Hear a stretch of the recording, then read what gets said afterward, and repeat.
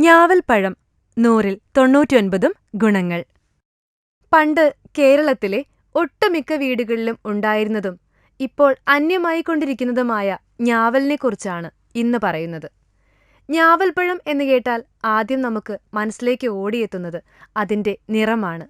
അത് കഴിച്ചു കഴിഞ്ഞാൽ വായും ചുണ്ടും നീല കലർന്ന കറുപ്പ് നിറമാകും എന്ന ഒറ്റ ദോഷം മാത്രമേ ഞാവൽപ്പഴത്തിനുള്ളൂ. ബാക്കി 99 ഗുണങ്ങളാണ്.